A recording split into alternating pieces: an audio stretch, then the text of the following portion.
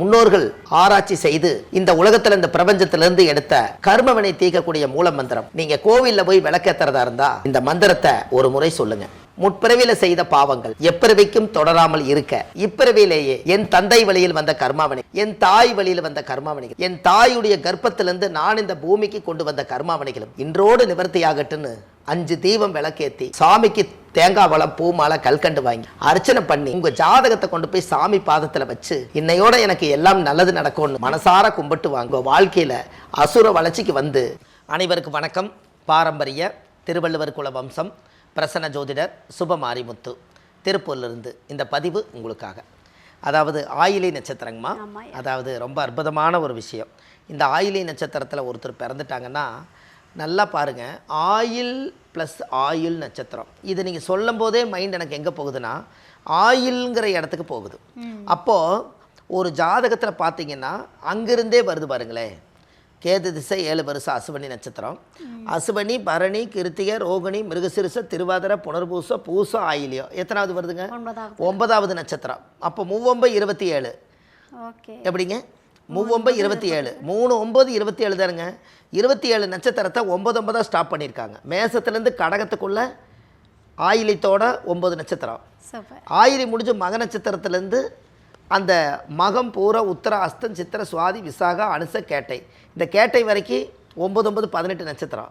இந்த கேட்டை முடிஞ்சோடனே மூலம், பூராடம், உத்திராடம், திருவோணம், அவிட்ட, சதயம், பூரட்டாதி, உத்திரட்டாதி, ரேவதி 9 நட்சத்திரம். 3 9 27 வச்சுருக்காங்களா? அப்போ 9 நட்சத்திரங்கிறது உங்கள் வாழ்க்கையில் கரெக்டாக எங்கே கொண்டு போய் லாக் பண்ணியிருக்காங்கன்னா, இந்த 9 திசையை ஒரு மனிதர் கடந்துட்டு அவருக்கு ஆயில் வந்து கம்ப்ளீட்டாக முடிஞ்சிருமா. அதுக்கு தான் 9 திசைக்கு 120 வருஷம் ஆயிலுங்க என்ன. அதனால தான் கேது திசையில் ஆரம்பிக்குதுங்க அசுவனி. இப்போ கேது 7 வருஷம், சுக்கிரன் ஒரு 20 வருஷம், சூரியன் ஒரு 6 வருஷம், சந்திரன் ஒரு 10 வருஷம், செவ்வாய் ஒரு 7 வருஷம், ராகு ஒரு 18 வருஷம், குரு ஒரு 16 வருஷம், சனி 19 வருஷம், புதன் 17 வருஷம். கரெக்டாக 120ங்க. இந்த 120ங்கிறது எங்கே வந்து நிற்கிதுன்னா, மேசம் 30 ராசி 30 டிகிரி, ரிஷபம் 60 டிகிரி, மிதுனம் 90 டிகிரி, கடகம் 120 டிகிரி. அதனால் 120 வயசை கொண்டு வந்து ஆயிலத்தில் வச்சாங்க. அதனால் ஆயில் 120ன்னு வச்சாங்க. ஆயிலும் ப்ளஸ் ஆயிலியமும் கேட்டிங்க இல்லையா? பாருங்கள் இப்படி அந்த இந்த கால்குலேஷன் எல்லாம் அந்த காலத்தில் எப்படியெல்லாம் கொண்டு வந்திருக்காங்க பாருங்கள். இதெல்லாம் நம்மளுக்கு கேட்குறக்கே ஒரு அற்புதமாக இருக்குது இல்லைங்களா? இதெல்லாம் வந்து ஜனங்களுக்கு வந்து கரெக்டாக போய் சேரணுங்க. ஜோதிடம் என்பது சயின்ஸு. அதை விரிவாக்கமாக சொல்லிட்டாங்கன்னா ஓ சயின்ஸில் இவ்வளோ ரகசியம் இருக்கா அப்படின்னு. அப்போ இவர் ஆயிலி நட்சத்திரத்தில் பிறந்தால் இவர் புதன் திசையில் தான் பிறப்பார். இந்த புதனுடைய திசை யாருன்னு கேட்டிங்கன்னா தாய் மாமன். புதனுடைய திசை மாமன். அதாவது புதன் திசை என்பது 17 வருஷம் புதன் திசைங்க. இந்த ஆயிலி நட்சத்திரத்தில் ஒருத்தர் பிறந்தாங்கன்னா ஆதிகேசவன் பிறந்த நட்சத்திரம் ஆயிலியம். 2 பாம்புகளும் பின்னி பிணைஞ்சு இருக்குது இல்லைங்களா, அதுதான் ஆயிலியம். ஆயிலி நட்சத்திரக்காரன் வந்து ஒரு வீட்டில் கொண்டு வந்து வச்சாலே கணவன் மனைவி பிரிஞ்சவங்க சேர்ந்துருவாங்களாம். அதான் ஆண் நாகம் பெண் நாகம் பின்னி பிணைஞ்சு பர்த்திலே இருக்குதுங்களே. அதனால் ஆயிலி நட்சத்திரக்கார வீட்டில் வந்து ஒரு குடும்பம் சேருமா. ஆயிலியம் என்பது அம்மிக்கல்லுங்க. ஆயிலி நட்சத்திரம் என்பது அம்மிக்கல். அந்த காலத்தில் லோகோ வச்சாங்க இல்லைங்களா, அது அம்மிக்கல். ஆயிலியம் என்பது குப்பை மேனி. குப்பை மேனி. குப்பை மேனி தலை பார்த்துருக்கீங்க? ஆயிலியம் குப்பைமேடு. என்னங்க ஆயிலியம்னா குப்பைமேடு. இந்த ஆயிலி நட்சத்திரத்தில் பிறந்துக்கிறவங்களுக்கு குப்பை சேர்ந்துக்கிட்டே இருக்குங்களா. வெறும் கால் தான் சுற்றி வர, ஒன்றுமே இருக்காது, ஆனால் குப்பை சேரும். அதனால தான் குப்பை மேடுன்னு வச்சாங்க. அவர் பார்த்தீங்கன்னா சுருங்கின துணி தான் போடுவாருங்க. அவர் விசேஷத்துக்கு போகும்போது அந்த துணி வந்து பார்த்திங்கன்னா அந்த நேரம் தான் அவர் தேய்ச்சி போட்டு போவாராம். ஏன்னா ஆயிலியம் என்பது பாம்பு வந்து சுருண்டு படுத்துக்குது இல்லைங்களா. அதனால் அந்த நேரத்தில் அந்த சட்டையை சுருட்டி வச்சுருப்பாங்க. தேய்க்கிறதுக்கு அந்த எண்ணம் வராது. எப்போ விசேஷம் வருதோ அப்போ தேய்க்க போவார். அரைகுறைய தேய்ச்சி சுருக்கோட தான் போவாரா. அதான் ஆயிலியம்னு சொன்னாங்க. அப்போ ஆயிலி நட்சத்திரத்தில் ஒருத்தர் பிறந்துட்டா ஆயிலி நட்சத்திரக்காரு பாம்பை பார்த்தாங்கன்னா அன்றைக்கி அந்த பாம்பே இறந்துருமா. அது தெரியும் இல்லைங்களா உங்களுக்கு என்னென்னு? ஆயிலி நட்சத்திரம் வந்து கருடாழ்வாருடைய நட்சத்திரம். இந்த கருட பாம்பு அன்றைக்கி பார்த்துட்டு அது நிலைமை என்னங்க? என்னங்கம்மா? அதுதான் அந்த காலத்தில் கேள்வி. பரமசிவன் கழுத்திலிருந்து பாம்பு கேட்டது கருடா சவிக்கியமான். அது என்ன சொல்லுச்சுங்க? இருக்கும் இடத்தில் இருந்து விட்டால் எல்லாம் சவிக்குமே. என்னங்க அது எங்கே இருக்கணுமோ அங்கே இருந்துட்டால் பரவாயில்ல, இல்லைன்னா அது மாட்டிக்கும் இல்லைங்களா. அதனால் வந்து பரமசிவனுடைய கழுத்தில் இருந்து தான் பாம்பு கேட்டுச்சுங்க. பரமசிவன் கழுத்திலிருந்து பாம்பு கேட்டதுனால அது இருக்கும் இடத்தில் இருந்து விட்டால் எல்லாம் சவிக்குமேன்றுச்சுங்க. அது கீழே இறங்கி வந்து சொல்லலையல்ல, அவருடைய பவரில் இருந்ததுனால பாம்பு கேட்டிருக்குது. அதுக்கு அது பதில் சொல்லியிருக்குது, இருக்கும் இடத்தில் இருந்து விட்டால் எல்லாம் சவிக்குமே. அது வங்குக்குள்ளேயே இருந்திருந்தா அது சவிக்கியமாக இருக்குமா. வங்க விட்டு வெளியே வந்தால் உன் நிலைமை என்னன்னு கேட்குதுங்கன்னு கருட. என்னங்கம்மா புரியுது. அது எவ்வளவு நாசுக்கான வார்த்தைகளை வச்சுருக்காங்க பாருங்க முன்னோர்கள். கண்டிப்பாக. ஆமாம்.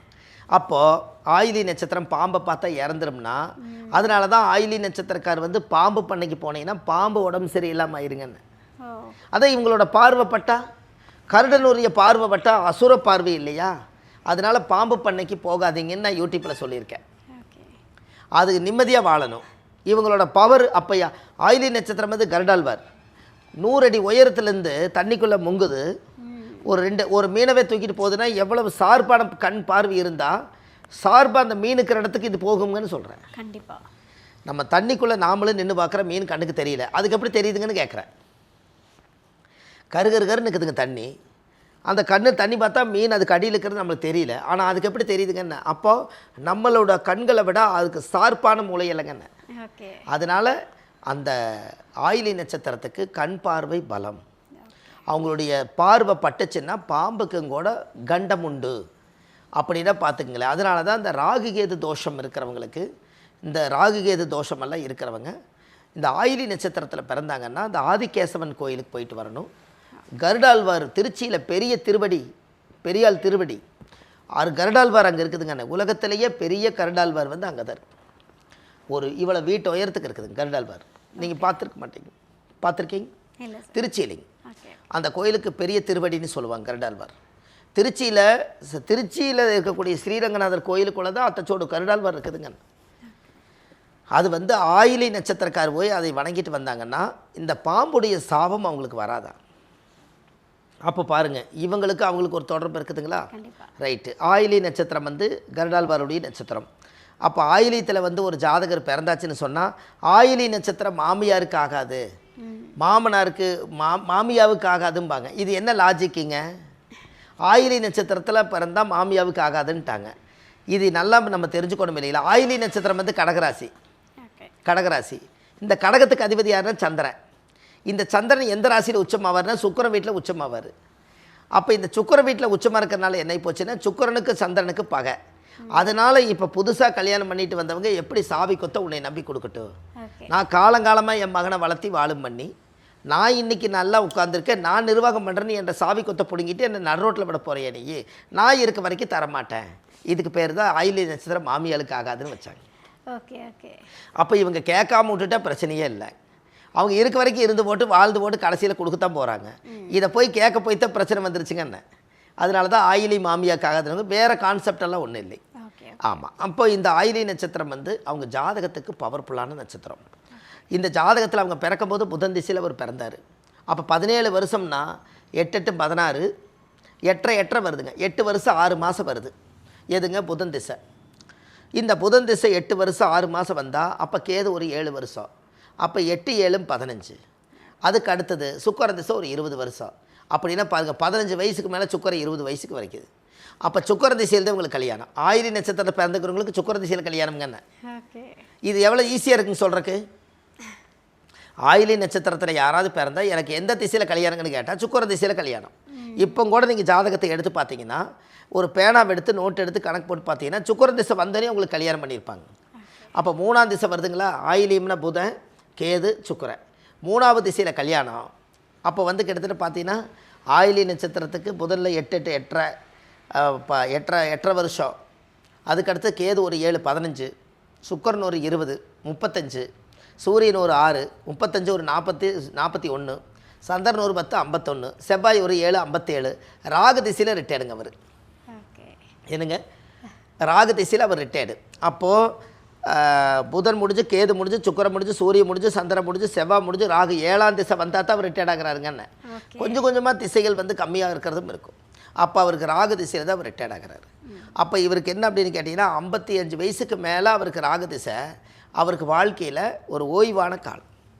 அப்போ பாருங்கள் அவங்களுடைய வாழ்க்கையில் நம்மளுடைய இனி நம்ம என்ன தெரிஞ்சுக்கணும், 35 வயசுக்குள்ளே சுக்கிர திசை, அதுக்கடுத்து சூரியனும் சந்திரனும் செவ்வாயும் 6, 7, 13. அப்போ என்னென்னா இந்த சூரியன் சந்திர செவ்வாய் எல்லாமே இவர் நல்லா சம்பாரித்து குழந்தைகளையெல்லாம் வளர்த்தி வாழும் பண்ணி இவங்களுக்கு செய்ய வேண்டியது எல்லாத்தையும் முறைப்படி செய்துட்டு எல்லாம் கடைசியில் ராகு திசையில் ரிட்டையர்ட் ஆகினார்னா இந்த ஆயிலி நட்சத்திரக்கார் கடைசி காலத்தில் ஒரு கோயிலில் போய் அமைதியாக உட்காருவார், ஒரு ஆன்மீகத்தை கடைப்பிடிப்பார், அந்த கோயிலில் ஒரு அரங்காவலராக இருப்பார், புண்ணியத்தை நிறைய சேர்த்து வச்சு குழந்தைகளுக்கு கொடுக்கணும்னு நினைப்பார், ஒரு கோயில் கட்டி கும்பாபிஷேகம் பண்ணுவார். இது எல்லாமே ஆயிலியும் பண்ணும்.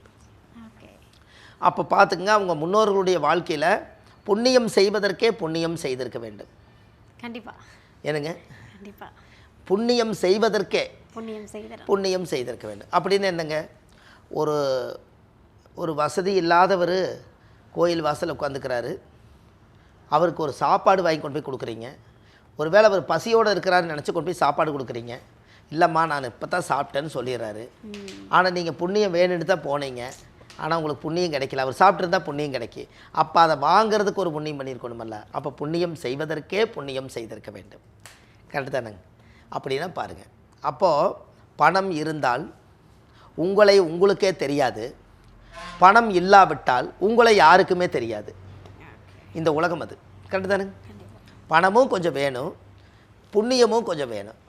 அப்போ பணம் 10 செய்யும், அதை பத்திரமா வைத்திருந்தால் புண்ணியமும் செய்யும். என்னங்கம்மா? நம்ம ஒரே நாள் பணம் இருக்குதுன்னு சொல்லி எதில் வேணாலும் ஆடம்பரத்தை போட்டுடலாம். ஆனால் புண்ணிய காரியம் நிறையா இருக்குது, அதில் போட்டோம்னா நம்மளுக்கு பின்னாடி வந்து 2 மடங்கு வருங்க. கண்டிப்பாக நம்ம ஏதோ ஒரு தர்மம் செஞ்சால் அந்த தர்மம் வந்து தர்மங்கள் செய்ய செய்ய கர்மங்கள் குறையுமா தீரும்னு எந்த புக்கிலும் எழுதலை. என்னங்க, நாமளே இந்த புத்தகம் எழுதியிருக்கிறோம், தர்மங்கள் செய்ய செய்ய கர்மங்கள் குறையுமா தீரும்னு எந்த புக்கிலும் இல்லைங்களா? அப்போ முற்பிறவி கடனும் இந்த பிறவி கடனும் நம்ம தெரிஞ்சே செய்த கடன் 3 வழியில் தான் கர்மம் உள்ளே வருதுங்க. எவ்வளவோ ஞானிகள் எல்லாம் புக்கையும் படித்து பார்த்தா கடைசியில் 3 வழியில் தான் கர்மம் உள்ளே வருது. அதுக்கு தான் நான் அந்த பாட்டு எழுதினேன். முற்பிறவியில் செய்த பாவங்கள் எப்பிறவிக்கும் தொடராமல் இருக்க இப்பிறவிலேயே என் தந்தை வழியில் வந்த கர்மாவினைகளும் என் தாய் வழியில் வந்த கர்மாவினைகளும் என் தாயுடைய கர்ப்பத்திலேருந்து நான் இந்த பூமிக்கு கொண்டு வந்த கர்மாவினைகளும் இன்றோடு நிவர்த்தி ஆகட்டுன்னு விளக்கு போடுங்க, கொஞ்சம் கர்மா குறையும்னு சொன்னோம். தீரும்னு இல்லைங்க, குறையும். இதில் என்ன ஏன் குறையணும் அப்படின்னு கேட்டிங்கன்னா, இது என்ன காரணம் அப்படின்னு கேட்டால், இந்த தர்மங்கள் வந்து இந்த குறையிறதுக்காக நம்மளுக்கு என்ன ஒரு முற்பிறவி கடன்னா, பிறக்கும்போது கடவுள் வந்து நம்மளுக்கு போன ஜென்மத்தில் நம்ம எதோட விட்டுட்டு வந்தோமோ அந்த கர்மா ஒன்று கரெக்டுங்களா? போன ஜென்மத்தில் நம்ம ஏதோ ஒரு பிறவி எடுத்திருப்போம். அப்போ கடவுள் என்ன பண்ணுறாரு, இந்த ஆன்மாவை படைச்ச கடவுளுக்கு தெரியும் இந்த பிறவி எடுத்து வரும்போது இந்த கர்மாவை ஜாயின் பண்ணி விடுவார். 1. அப்போ பிறவி கர்மா 1. கரெக்டுங்களாம்மா? கடவுள் கொடுத்த கர்மா 1, நம்ம பிறக்கும்போதே கொண்டு வந்த கர்மா 1 இருக்கும் இல்லைங்களா, அது 1. 2, நாம் தெரிஞ்சே செய்த கர்மா 1 இருக்குது இல்லைங்களா. இது தப்பு இது ரைட்டுன்னு தெரிஞ்சு நம்ம ஒரு கர்மாவை எடுத்துக்கிறோம் இல்லையா, இது மொத்தம் 3 கர்மா சேர்ந்ததாக ஊழ்வினை கர்மா. இந்த கர்மாவை செஞ்சும் போட்டு குறைக்கிறதுக்கு பரிகாரமும் என்னென்னு கேட்டால், தர்ம தானம் பண்ணி பிறக்கும்போது புனித பாவாத்மாவாக பிறந்திருந்தாலும் கூட இந்த உலகத்தில் போகும்போது புனிதாத்மாவாக போனால் இந்த புண்ணியம் கிடைக்குங்கிறக்காக ஆன்மாவை புனிதமான ஆன்மான்னு சொன்னாங்க. இதை நம்ம யார் இதை கடைப்பிடிச்சி செய்கிறாங்களோ அவங்களுக்கு அந்த மகுடம். என்னங்கம்மா? அப்படித்தான் இந்த ஆயிலி நட்சத்திரம் புண்ணியம் செஞ்சு தர்மங்கள் செஞ்சு தானங்கள் செஞ்சு தான் பாவத்தை குறைக்க முடியுமா. அப்போ தான் அவங்க பிள்ளைகள் எல்லாம் நல்லா இருப்பாங்களா. இதை நம்ம கரெக்டாக செய்தாலே போதும், வாழ்க்கை ஒரு பெரிய மாற்றத்துக்கு வரும். இதுக்கு ஒரு ஆயிலி நட்சத்திரத்துக்கு ஒரு கோயில் ஒன்று கொடுக்குறேங்க. இந்த கோயிலுக்கு கண்டிப்பாக நீங்கள் அவங்க போய் சாமிக்கு தேங்காய் பழம் பூ மாலை கல்கண்டு வாங்கி அர்ச்சனை பண்ணி அந்த கோயிலை போய் சாமி கும்பிட்டு வந்தால் அவங்க வாழ்க்கை அசுர வளர்ச்சிக்கு வரும் என்று சொல்லி, பாரம்பரிய திருவள்ளுவர் குல வம்சம் பிரசன்ன ஜோதிடர் சுப மாரிமுத்து வாழ்வது ஒரு முறை வாழ்த்தட்டும் தலைமுறை. நன்றி, வணக்கம். ஐயா, இப்போது ஆயில்யம் பற்றி பேசிகிட்டு இருந்தோம். எதிர்காலத்தெல்லாம் வந்து அப்படியே துல்லியமாக சொல்லிட்டீங்க. சரிங்க. இல்லையே எங்களுக்கு பிரச்சனை இன்னும் இருந்துகிட்டு இருக்கேன், பிரச்சனையெல்லாம் இருக்க தான் செய்யும், கோவிலுக்கு போயிட்டு வாங்க எல்லாமே மாறிடும். சரி, அப்போ இந்த ஆயில்ய நட்சத்திரம் எந்த கோவிலை போய் வழிபட்டுட்டு வரணும்? கண்டிப்பாங்க. அதாவது ஆயிலி நட்சத்திரத்தில் ஒருவர் பிறந்தால் கடகராசியில் தான் பிறந்திருப்பார். அப்போது திருத்தேவன்குடி, தஞ்சாவூர் கும்பகோணம் பக்கத்தில் திருத்தேவன்குடிங்கிற ஒரு ஊரில் கற்கடகேஸ்வரர் நண்டு பூஜித்த கோயில். இந்த நண்டு பூஜித்த கோயிலில் ஒரு பெரிய அதிசயம் என்ன அப்படின்னு கேட்டிங்கன்னா, அந்த கோவிலுக்குள்ள சாமியோட கருவறைக்குள்ள ஒரு சின்னதாக இவ்வளோ பெரிய ஓட்டை இருக்குது. இந்த சாமியோட சிவன் மேலேயே ஒரு ஓட்டை இருக்குது. இந்த ஓட்டையில் ஒரு சாமி அன்னைக்கு பூஜை பண்ணார். 25 முழம் மல்லிப்பூவை உள்ளே விடுறாரு, போயிட்டே இருக்குது. அதுக்கப்புறம் 25 முழம் மல்லிப்பும் போயிருச்சு. இன்னும் 25 முழம் கொண்டு வந்தாலும் அது எங்கே போகுன்னே தெரியல. அப்பேற்பட்ட கருவறை கோயில் தான் கற்கடகேஸ்வரர். திருத்தேவன்குடி, கும்பகோணம் பக்கத்தில் இருக்குது. இது கூகுளில் கரெக்டாக சர்ச் பண்ணுங்கள். நண்டு பூஜித்து, நண்டே சாமி கும்பிட்டு பூஜித்து அந்த கோயிலை கொண்டு போய் வச்சது. அதனால் உங்களுடைய தாயுடைய கர்ப்பத்தில் இருந்து தொப்புள் கொடி அறுக்கும் நேரம், நீங்கள் பிறக்கும்போது ஆயிலி நட்சத்திரத்தில் பிறந்தீங்க. வாழ்க்கையில் ஒரு முறை அந்த புண்ணிய வாசலில் கால் வைங்க, உங்களுக்கு புண்ணியம் கிடைக்கும். உங்கள் வாழ்க்கையில் அசுர வளர்ச்சி ஏற்படும், நல்லதே நடக்கும். சூப்பர்.